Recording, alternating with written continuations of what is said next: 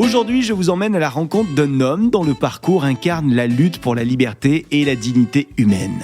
Josiah Henson, un homme noir qui a vécu et travaillé dans une plantation de tabac et qui a réussi à s'enfuir dans la province du Haut-Canada, qui est à présent l'Ontario.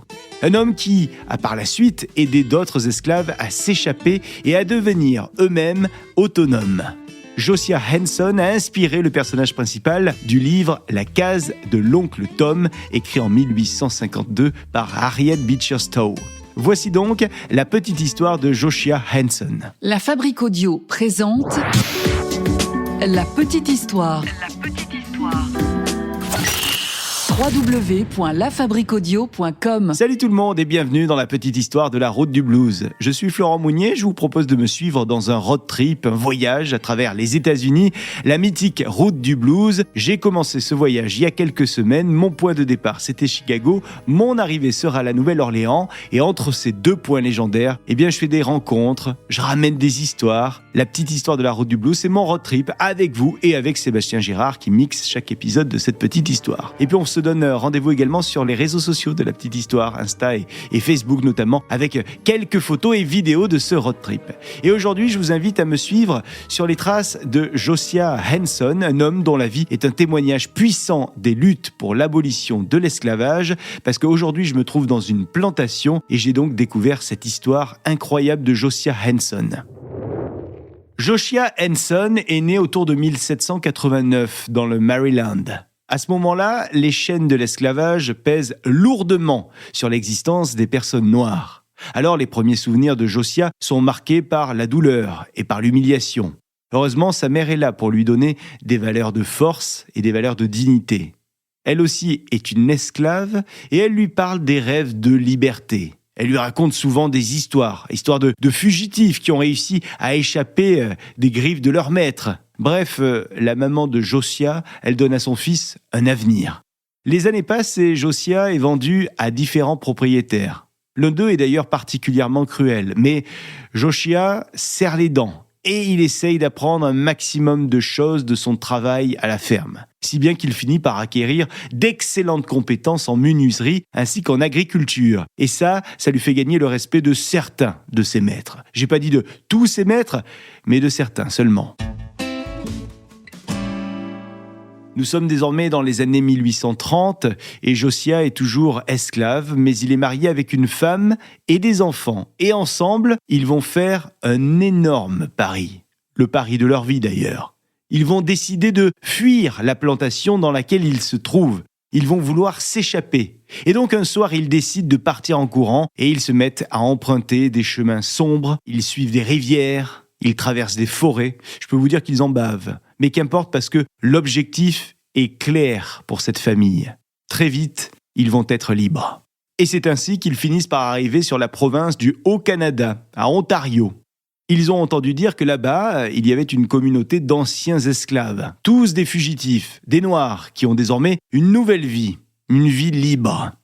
Josiah et sa famille vont donc y réapprendre à vivre. Et ils vont s'engager à fond dans cette communauté. Ils vont même aider d'autres fugitifs à fuir leur maître.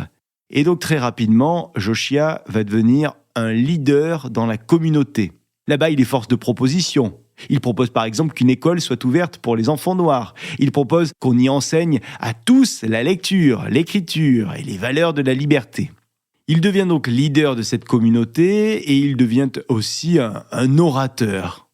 Certains historiens disent même qu'il parcourt la région pour prononcer des discours qui finissent par résonner dans toutes les églises du coin. Faut dire qu'il a de quoi dire dans ses discours. Il parle de son expérience, des horreurs de l'esclavage qu'il a connu et de la nécessité de lutter pour l'égalité.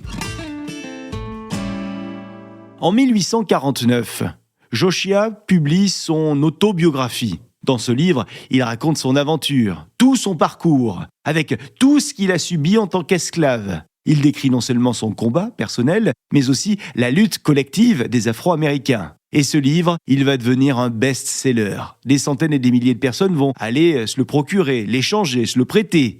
Si bien que son livre va devenir une source d'inspiration pour de nombreux abolitionnistes. Et Josiah va donc être un symbole de la résistance. Alors la guerre de sécession approche, elle n'est plus très loin, et Josiah continue de travailler sans relâche pour la cause abolitionniste.